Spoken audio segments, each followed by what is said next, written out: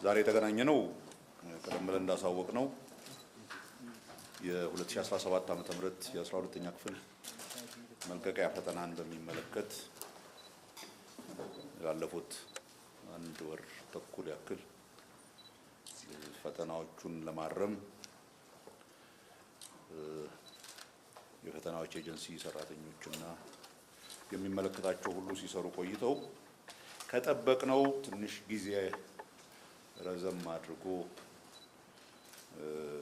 ዘግየት ብሎ በመድረሱ በጣም ይቅርታ መጠየቅ እንፈልጋለን። በዋናነት እያደር እያሻሻል ነው የምንሄደው ነገር ነው። ግን በዋናነት ያለው ችግር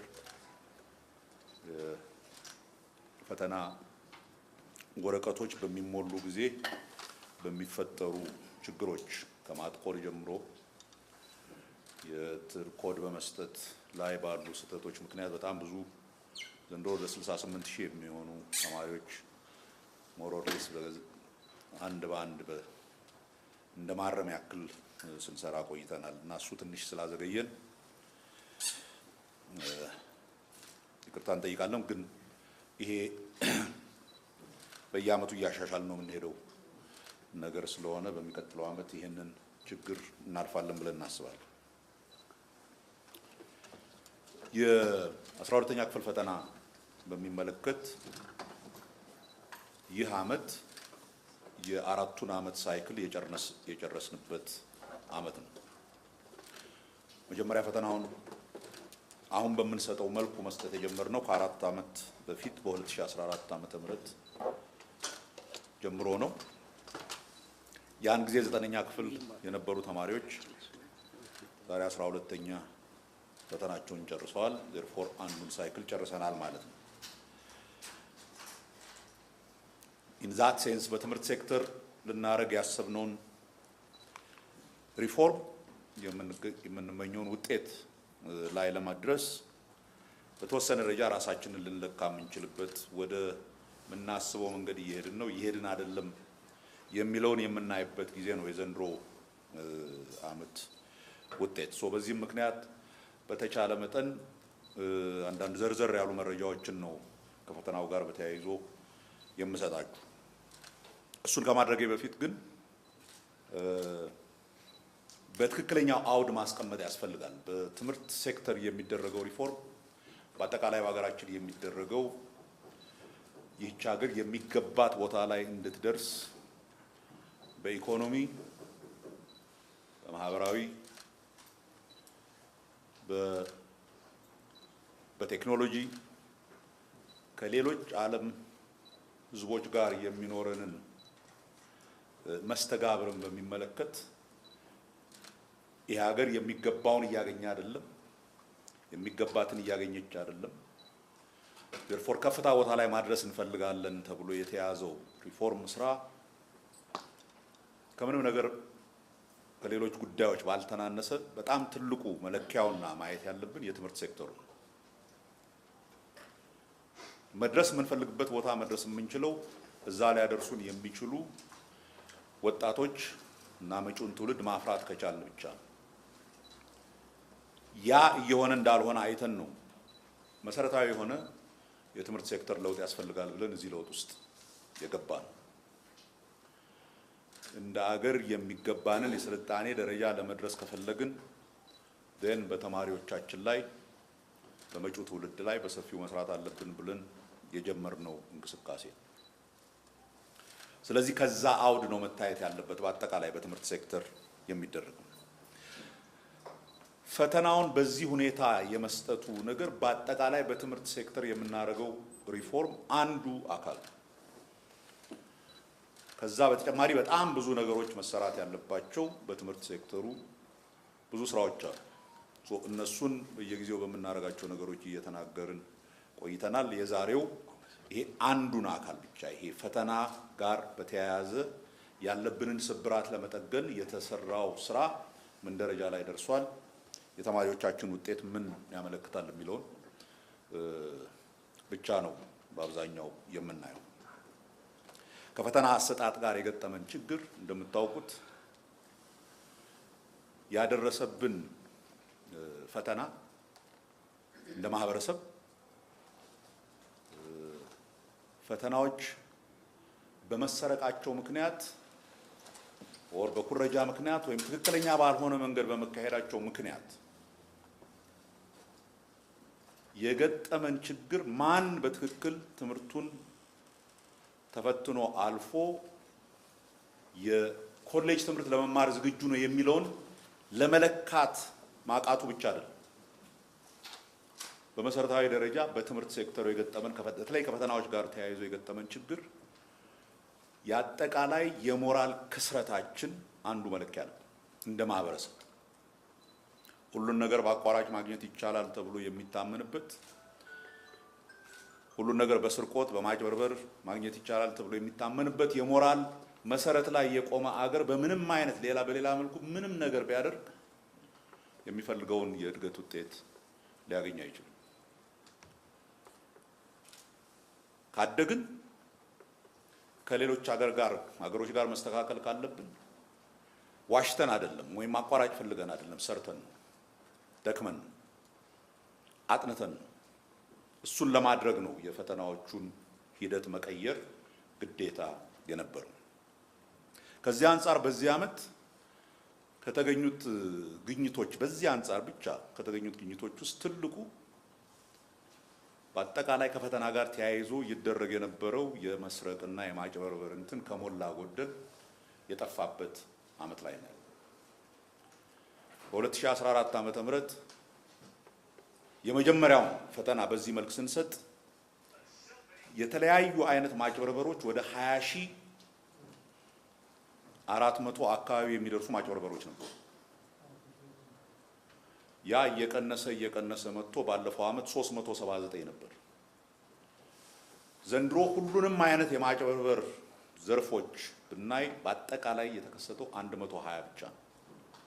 120 ተማሪ ብቻ ነው ከሚገባው በላይ ለማግኘት ወይም ለሌላ ሰው መፈተን ወይም ከሌላ ተማሪ ለመኮረጅ ሲሞክር ተይዞ ወይም ተይዛ ከፈተና የተሰረዘችው ወር የተሰረዘ። ይሄ የሚያሳየው በተወሰነ ደረጃ እንደ ማህበረሰብ በስርቆት ይገኛል ብሎ የሚያስብ ወጣት እየቀነሰ አጥንቶ ሰርቶ ማግኘት እንዳለበት የሚያምን ዜጋ እየጨመረ መምጣቱን ይሄ ከፈተናውም ውጤት በላይ ትልቅ ግኝት ነው በአገር ደረጃ። እሱ ኢምፖርታንት ነው። እሱን ሁሉ ጊዜ ጭንቅላታችን ላይ መያዝ አለብን። በሌሎችም ስራዎቻችን ውስጥ ሪፍሌክት የሚያደርግ ነው።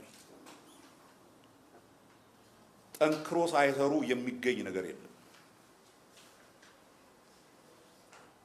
ስርቆት ያስተማርናቸው ስርቆት የተለማመዱ ተማሪዎቻችን ነገ መንግስት መስሪያ ቤት ውስጥ ገብተው ሌላ ነገር አይደለም የሚሰሩት፣ መስረቅ ነው። ያንን ሁሉ ነው የሞራል ልኬታችንን ለማስተካከል ነው ይሄን ያደረግነው። ከዚህ አጠቃላይ አውድ አንጻር እንድታዩት ነው። ወደ ፈተናው ልግባ። በዚህ ዓመት 585,882 ተማሪዎች ፈተናውን ወስደዋል። ከዚህ ውስጥ 277,816ቱ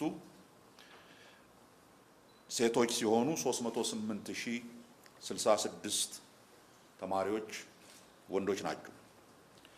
በፐርሰንት ሲሰላ የወንዶች ተማሪዎች ቁጥር 52.6 በመቶ ሲሆን የሴቶቹ ደግሞ 47.4 በመቶ ነው።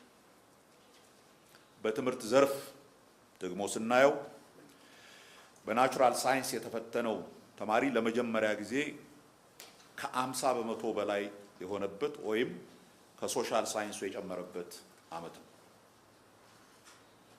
በናቹራል ሳይንስ የተፈተኑት ተማሪዎች 297,528፣ በሶሻል ሳይንስ የተፈተኑት ተማሪዎች 288,352 ማለትም ናቹራል ሳይንስ 50.8 በመቶ፣ ሶሻል ሳይንስ 49.2 በመቶ የሚሆኑት ናቸው። ይሄ እንደ ትሬንድም ከዚህ በፊት የነበረው በአብዛኛው ሁሉ ጊዜ ሶሻል ሳይንስ ነበር የሚበልጠው። አሁን የናቹራል ሳይንሱ በምደባ ሳይሆን በራሱ በተማሪው ፍላጎት ወደዛ እየሄደ መሄዱ ጥሩ ትሬንድ ነው። ጥሩ አቅጣጫ እየያዘ ነው የትምህርት ስርዓቱ ማለት ይቻላል።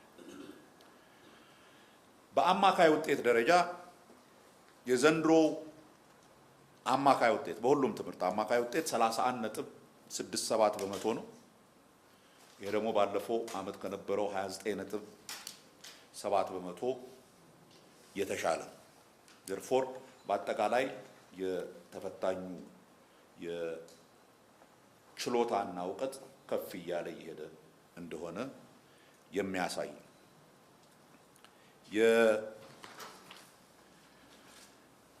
በጾታ ስናየው አማካይ ውጤት የወንዶች አማካይ ውጤት 32.73 በመቶ ነው። የሴቶች ደግሞ 30.5 በመቶ ነው። again በሁለት በመቶ ያክል የወንዶች ከሴቶች ይበልጣል። አንዱ መስተካከል ያለብን በጾታ መካከል ያለውን ልዩነት ለማጥበብ መስራት እንዳለብን። ብዙ እንደሚጠበቀው በናቹራል ሳይንስ የተማሩ ወደ ተፈተኑ ተማሪዎች በሶሻል ሳይንስ ከተፈተኑ ተማሪዎች አማካይ ውጤታቸው ከፍ ያለ ነው። የዘንድሮም የተለየ አይደለም። 33.25 በመቶ ነው የናቹራል ሳይንሱ፣ 30 በመቶ የሶሻል ሳይንስ ሆኖ ተመዝግቧል ማለት ነው። በሁለቱ መካከል የ3.2 በመቶ ዲፈረንስ አለ። የናቹራል ሳይንሱ ከሶሻል ሳይንሱ ይበልጣል። ናው በትምህርት አንዱ ያየነው የተፈታኞቹን ውጤት በትምህርት ቤቶቹ አይነት ነው።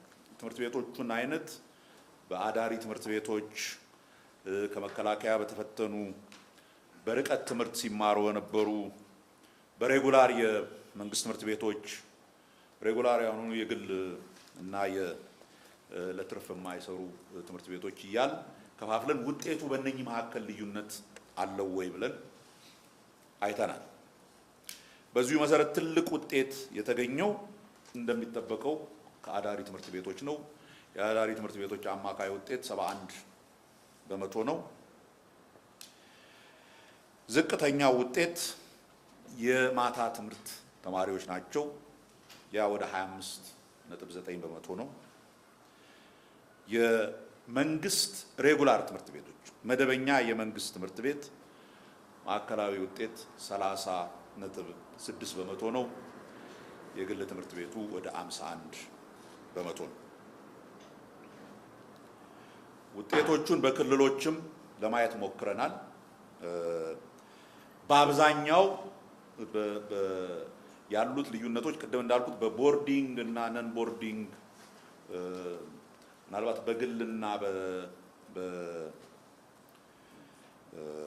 በግል ትምህርት ቤቶች እና በመንግስት ትምህርት ቤቶች መካከል ምናምን ያለው ካልሆነ በቀር በክልሎች ደረጃ ያለው ልዩነት እምብዛም በጣም የተለያየ አይደለም። በውጤት ደረጃ የመንግስት ትምህርት ቤት ተማሪዎችን ከፍ የማድረግ ስራ አንዱ ትልቁ ስራችን እንደሆነ ከዚህ በፊትም ስንለው የነበረው አሁንም ጎልቶ የወጣው ይኸው። በትምህርት ደረጃ ትልቅ ውጤት የተገኘበት ኬሚስትሪ ነው። ዝቅተኛው ውጤት የተገኘው የአፕቲቲዩድ ቴስት ነው። የተቀረው ሌሎቹ በዛ ውስጥ የሚወድቁ ናቸው። በአማካይ ውጤት ከፍተኛው ውጤት በክልል ደረጃ የመጣው አዲስ አበባ ነው፣ 41.5 በመቶ። ሌሎቹን ዝርዝሮች በየክልሉ ያሉትን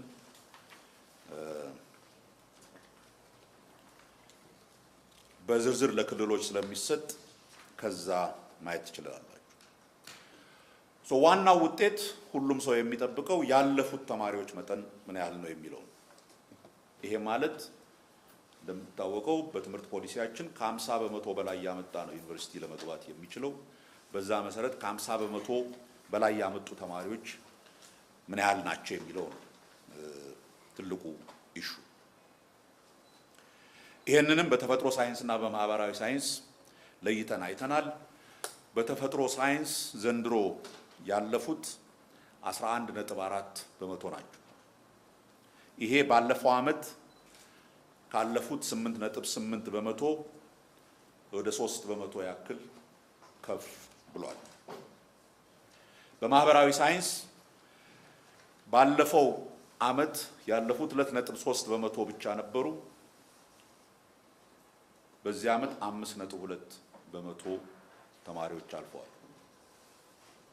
በአማካይ በአጠቃላይ በአገር ደረጃ ባለፈው ዓመት 5.4 በመቶ አሳልፈን ትልቅ የመጀመሪያውን ከፍ ያለ ውጤት አገኘን ያልንበት ነበር። ዘንድሮ ከዛ በ55.6 በመቶ ጨምሮ 8.4 በመቶ የሚሆነው ተማሪ ከ50 በመቶ በላይ አግኝቶ ፈተናውን አልፏል። ይሄ የፈተና ለውጥ ካመጣንበት ጊዜ ጀምሮ የመጀመሪያውን ፈተና ከሰጠንበት ጊዜ አንጻር ሲታይ በ3 እጥፍ ግድም በልጧል ማለት ይቻላል። አገን በማሳለፍ ምጣኔ አዲስ አበባ ወደ 28.9 በመቶ አሳልፏል። በሁለተኛ ደረጃ ያሳለፈው የሐረሪ ክልል ነው 21.8 and የአማራ ክልል 12.1 ሆኖ በሶስተኛ ደረጃ ይከተላል።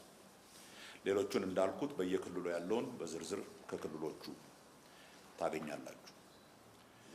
ትልቅ ለውጥ የመጣው በአክቹዋል ቁጥሩ ነው። ቅድም እንዳልኩት በአጠቃላይ የተፈታኙ ቁጥር ቀንሷል፣ ግን ያለፈው ተማሪ ቁጥር ሲግኒፊካንትሊ ጨምሯል። በዚህ ዓመት በአጠቃላይ ከ50 በመቶ በላይ አግኝቶ ያለፈው ተማሪ 48929 ተማሪ ነው። ኦልሞስት 50000 ተማሪ ግድም አልፏል ማለት ነው። ይሄንን ለማወዳደር ካለፈው ዓመት ጋር ብታስተያዩት ባለፈው ዓመት ያለፈው 36409 ተማሪ ብቻ ነበር። ዘንድሮ ያለፈው 48929 ካነሰ ቁጥር ተፈታኝ ነው ይሄ ያለፈው።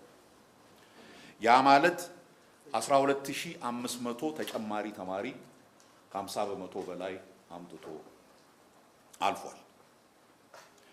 በወንድና በሴት ከለየነው በአጠቃላይ 30451 የሚሆን ተማሪ አልፏል ወንድ፣ ሴት ደግሞ 18478 ሴት ተማሪዎች አልፈዋል። በፐርሰንት ያለፈው ወንድ 9.9 በመቶ ነው። ያለፉት ሴቶች 6.7 በመቶ ናቸው። ካለፈው ዓመት ጋር ሲተያይ ሲግኒፊካንት የሆነ ከፍታ አሳይቷል። ባለፈው ዓመት ያለፉት ተማሪዎች ወንዶች 6.5 በመቶ ብቻ ነበር። ዘንድሮ 9.9 በመቶ ወንዶች አልፏል። ሴቶች 4.2 በመቶ ነበር፣ 6.7 በመቶ አድገዋል። ስለዚህ 12500 ያህል ተማሪዎች ካለፈው ዓመት በበለጠ አሳልፈዋል። በዘንድሮ ፈተና ምን ያህል ስራ ተሰርቶ ምን አይነት ለውጥ መጣ የሚሉን በክልሎች ደረጃ ስናይ በኢትዮጵያ ውስጥ ያሉ ሁሉም ክልሎች አንድም ሳይቀር ሁሉም ካለፈው ዓመት የተሻለ ውጤት አምጥተዋል። አንዳንዶቹ በጣም ሲግኒፊካንት የሆነ፣ አንዳንዶቹ መጠነኛ። ምናልባት ከዚህ ውስጥ መጥቀስ ካለብኝ በክልል ደረጃ በጣም ከፍተኛ በክልል ደረጃ የታየው ልዩነት በጋምቤላ ነው። ጋምቤላ ባለፈው ዓመት ያሳለፈው 1.7 በመቶ ብቻ ነበር። ዘንድሮ 4.5 በመቶ ማሳለፍ ችሏል። ሞር ኦር ሌስ 2.5 እጥፍ ያክል አሳልፏል። በቁጥር በጣም ትልቅ ልዩነት የመጣው ኦሮሚያ ላይ ነው። ኦሮሚያ ያለፈው ተማሪ ብዛት 14623 ነው። ይሄ ባለፈው ዓመት ካለፈው 4900 ያክል የበለጠ ሆኗል ማለት ነው።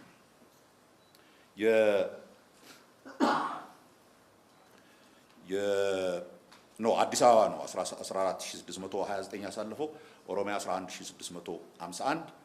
ይሄ ባለፈው ካሳለፈው 8500 በ3500 ያክል በልጧል። የእድገቱን መጠን ካየን በቁጥር ደረጃ ካየነው ካለፈው ዓመት በ34.4 በመቶ ያክል በቁጥር ጨምሯል። ይሄ ማለት ከ36409 ወደ 48929 በፐርሰንት ሲሰላ ግን ከ5.4% ወደ 8.4% ማለት የ55.6% እድገት ማለት ነው።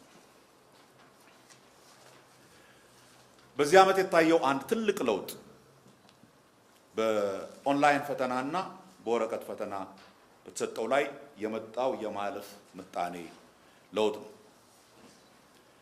በመጀመሪያ ማህበረሰቡ እንዲያውቅ የምንፈልገው በዚህ ዓመት በኦንላይን የተፈተነው ተማሪ ብዛት 134609 ይሄ ባለፈው ዓመት የተፈተነው 29600 ብቻ ነበር። አሁን 134600 ተማሪ ተፈትኗል። ያ ማለት 23% በአጠቃላይ ከተፈተነው ተማሪ 23% ያክል በኦንላይን ፈተና ነው የተፈተነው። በማሳለፍ ምጣኔ 29233 ተማሪዎች በኦንላይን የተፈተኑ ተማሪዎች አልፈዋል። ይሄም 21.7 በመቶ የኦንላይን ተፈታኞች አልፈዋል ማለት ነው። ይሄ ሲግኒፊካንት የሆነ ትልቅ ለውጥ ያመጣ አንድ እንትን ነው። ስለ ወደፊቱም ስናስብ የኦንላይን ፈተናን እየጨመሩ መሄድ ምን አይነት ጥቅም እንዳለው የምናይበት ነው። በወረቀት የተፈተኑት ግን ባለፈውም 4.4% ነበር፣ አሁንም 4.4 በመቶ ነው። ሌላ በቁጥር ደረጃ መነገር ያለበት ከፍተኛ ውጤት ያመጡ ተማሪዎች ቁጥር ነው። ዘንድሮ ከ600 ከፍተኛው ውጤት የመጣው 591 ነው። ይሄም በተፈጥሮ ሳይንስ ወንድ 591 ያመጣው ዶዶላ ኢፋቦሩ የሚማር አንድ ተማሪ፣ ሴት 579 ከ600 አምጥታ መጀመሪያ ያገኘችው ብስራተ ገብርኤል እዚሁ አዲስ አበባ ብስራተ ገብርኤል ትምህርት ቤት ያለች ተማሪ ነች።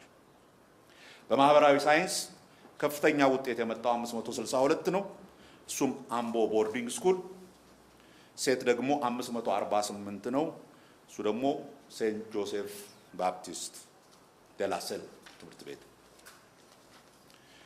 በዚህ ደረጃ ከፍተኛው ለውጥ የመጣው ከ500 በላይ ያመጡት ተማሪዎች ቁጥር በአጠቃላይ ታስታውሱ እንደሆነ የመጀመሪያውን ፈተና ስናስፈትን ከ500 በላይ ያመጡት 173 ተማሪዎች ነበሩ። ባለፈው ዓመት ከ500 በላይ ያመጡት ተማሪዎች 1221 ነበሩ። ዘንድሮ 2384 ተማሪዎች ከ500 በላይ ውጤት አምጥተዋል። እጥፍ ሆኗል ማለት ነው።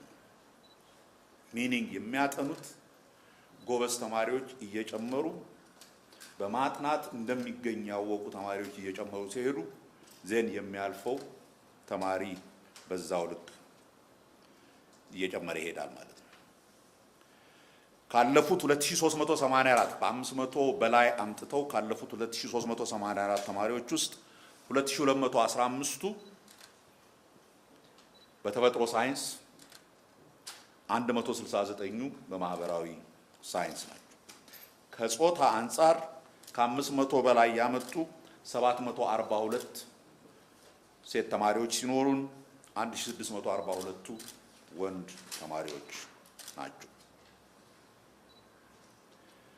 እነኚህ ከፍተኛ ውጤት ያመጡ ተማሪዎች በአብዛኛው የት ነው ያሉት በክልል ደረጃ ብሎ ለሚጠይቅ ከፍተኛው ቁጥር የተመዘገበው አዲስ አበባ ነው፣ 888 ተማሪዎች። በሁለተኛ ደረጃ ከፍተኛው ቁጥር የተመዘገበው ኦሮሚያ ነው፣ 794 ተማሪዎች። ከዛ በሶስተኛ ደረጃ አማራ ክልል 385 ተማሪዎች ከ500 በላይ አምጥተዋል። ካሳለፉት ተማሪዎች ከ50 በመቶ በላይ ካሳለፉት ተማሪዎች በየትኛዎቹ አይነት ትምህርት ቤቶች ነው በአብዛኛው ብዙ ያሳለፉት ለሚለው የቦርዲንግ ስኩሎች 87.1%፣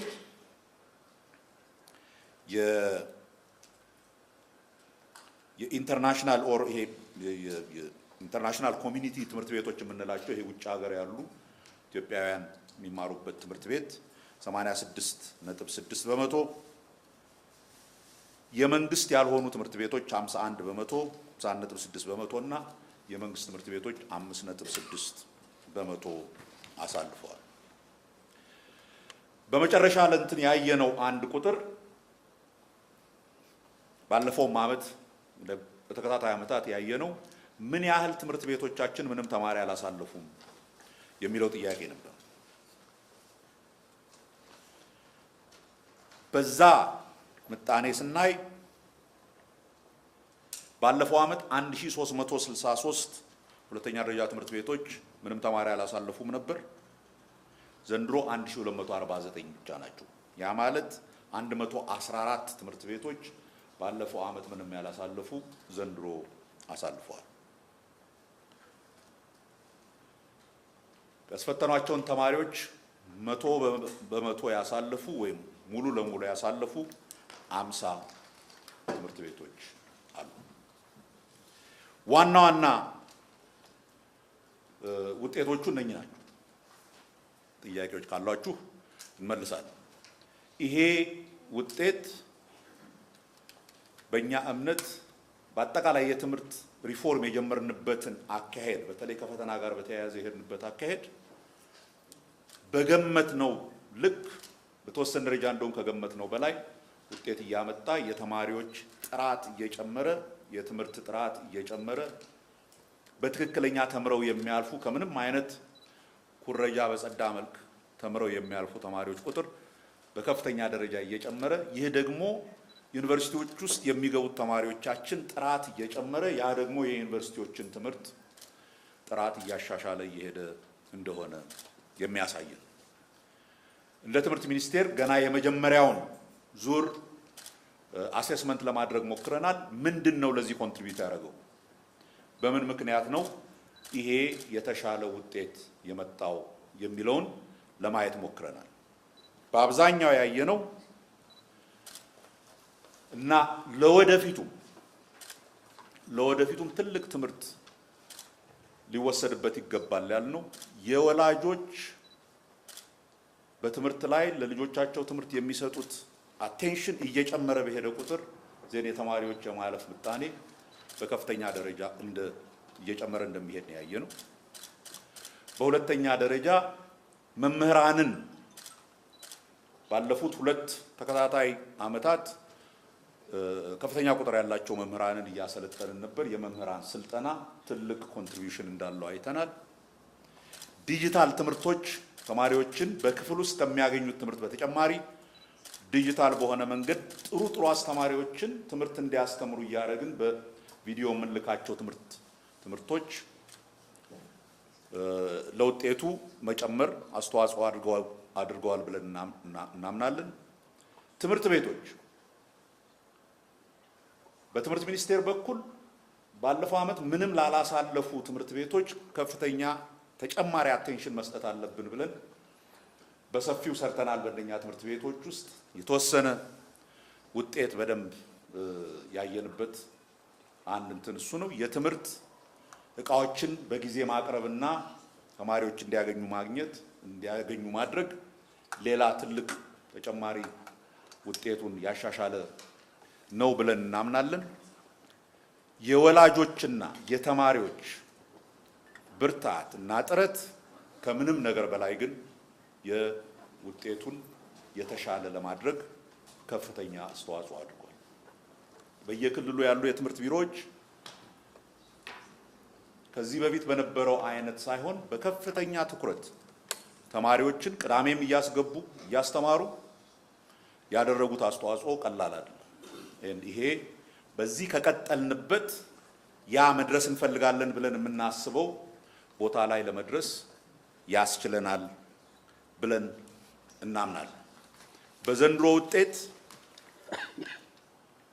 የተማርነው ኢትዮጵያውያን ተግተው ከሰሩ፣ ኢትዮጵያውያን ልጆች ተግተው ከሰሩ፣ መምህራን ተግተው ካስተማሩ፣ ትምህርት ቤቶች የትምህርትን ጉዳይ ጠበቅ አድርገው ከያዙ፣ ወላጆች ልጆቻቸውን በደንብ እየተከታተሉ እንዲማሩ ማድረግ ከቻሉ ኢትዮጵያውያን ልጆች ከማንም አገር ልጆች ያላነሱ በአእምሮ ብሩህነት ከማንም ያላነሱ መሆናቸውን ያየንበት ነው። በዚህም ምክንያት ይህ እንዲሆን አስተዋጽኦ ላደረጉ መምህራን፣ ላደረጉ ወላጆች፣ ላደረጉ የትምህርት ቢሮ ኃላፊዎች፣ ፈተናው በሰላማዊ መንገድ እንዲጠናቀቅ ለረዱ የመከላከያና የፌዴራል ፖሊስ የጥበቃ ጓዶች ይህን ፈተና ለመስጠት ከ28,000 በላይ ከየዩኒቨርሲቲው የወጡ መምህራን፣ የትምህርት ባለሙያዎች ያበረከቱት አስተዋጽኦ